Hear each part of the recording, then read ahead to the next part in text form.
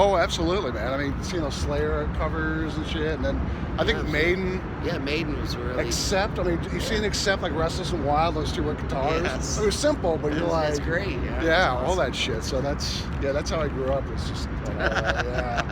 Like just going, and when you had vinyl back then, it was like you had to get the best shit. So yeah, that's cool. Awesome. Now how do you feel about now? Your music is so dark, but do you feel like you've changed at all since COVID? And I mean, do you feel any like shift in your process, or you've always been in? It's the same. No, I mean, personally, COVID didn't really affect me that much as far as like personally. Right. I mean, I was in a good situation, and it just, besides not touring, it gave me a lot of time to work on music stuff and also go through some of our history, you know, because we have so much stuff we've archived, you know, that needs to be archived throughout the years, and I have just in boxes, so I had time to like really reflect on some of the stuff we've done in the past. Right. So, if anything, COVID kind of made me appreciate some of the stuff that I've accomplished, because you don't think about these milestones in your life because you're just living life and you're just wanting to do your best, you know. But with the with COVID, it gave me that time I needed to you know, focus on myself, focus on, you know, my new marriage, and just kind of you know, almost get like a fresh start in a way. And you know, and I don't take it lightly. I mean, I know COVID's a bad thing for a lot of people, but for creative people, it's done a lot of good in a weird way. Yeah, you know, I look at it this way: is every situation I'm in, I try to look at the bright side of it. You know, I don't want to sit around. Yeah, I know. Awesome. I don't want to sit around and mope about, you know, things or whatever. Yeah, of course.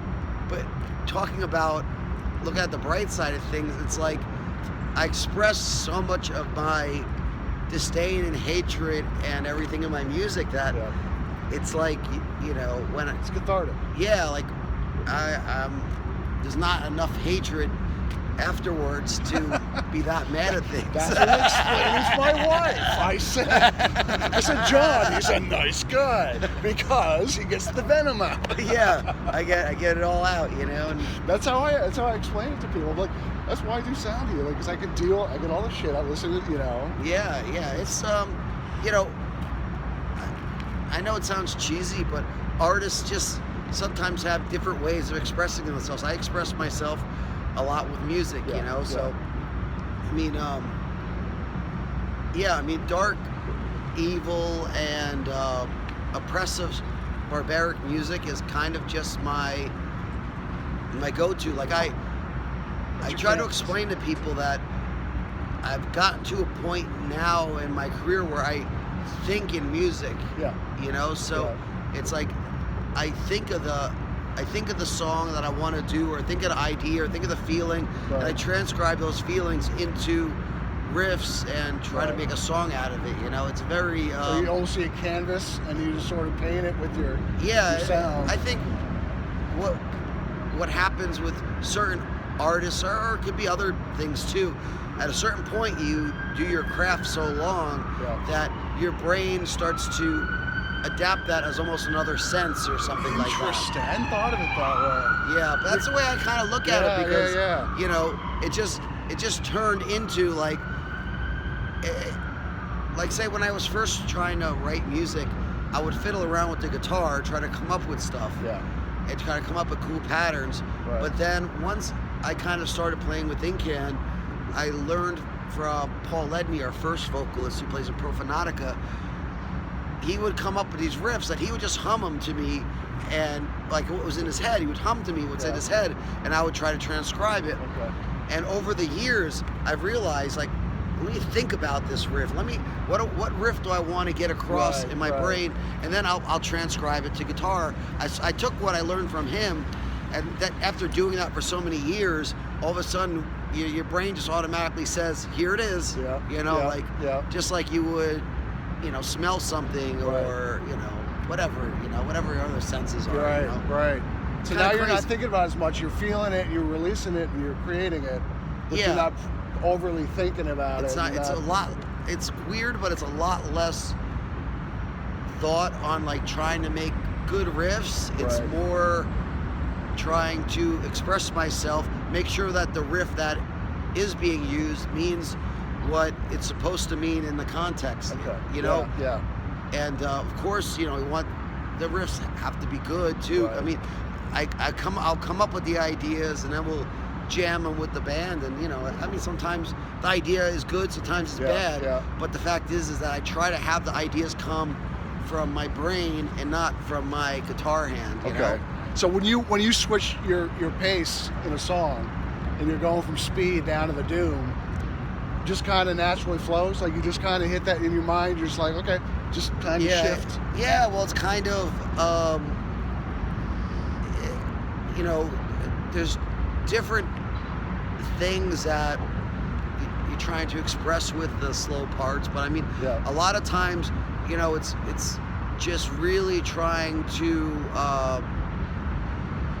sound agonizing, like trying to take a feeling and just being like, you know, Yeah. especially if it's a fast, aggressive feeling, Yeah. it's like, it's almost like you're going, you know, like full speed up a hill, Right. and then a drop, Interesting. and then it's just like, because it's like things, I wouldn't say are going good, but things are going in one direction, Right. then all of a sudden, you know, total doom and destruction happens. You know, it's almost like getting hit by a nuclear bomb or something. Nice, Is the yeah. vibe Yeah. that we try to get with the Okay. music.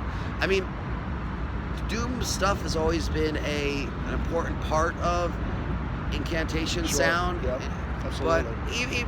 even my writing in general before that had elements of it, but it wasn't until Incantation where we really started to like put all the passion into the doom stuff, because Okay. it's it reminds me of when we started Incantation. There was one thing that we really put it as an important aspect. It was the feeling the riff gives you is way more important than the riff itself. Right. Because it doesn't matter what the notes are. It doesn't matter. It just doesn't. Nothing Right. matters except when you play that riff. Do you feel it? Yeah. Yeah. And that's what I try to do when writing. I want to feel. I guess we'll say I have to feel it. Like when if we write a song and we listen back, and we're not feeling it, you know, we either we don't use it, or we work on it until we feel it. You know, and Right, that's why right. when you get some of those bends, like some of those bends that we do, it's just like you just want to hold it out till you feel it, and Right, you feel like yeah. you just, you know, maybe exaggerate it longer than you should have, Yeah. get it a little bit further out of measure, but it just sounds, it sounds like you're getting, it provokes a feeling of like, it's pushing you, but also your relief when you, Right. you finally Yep. hear Yep. that note end at its right spot or whatever, Yeah. or where it's supposed to. I know it's hard to explain, but No, that's I all get it. stuff Yeah, that goes, yeah, that goes on in a musician's Those head. of us are, yeah. We get, I mean, yeah. What's like? Do you like Sun? Do you like the stuff that they do, like just the drone and stuff like that? Is I that mean, I'm not a some- huge fan of some, but I know their music, Yeah. and I know those guys actually quite well. There's just And something about their music though. Like and you it's put so- it on, and it's like Yeah. it's not music. It's like you can't put a finger on it. You know Yeah, what I mean? it's like it's there's a lot of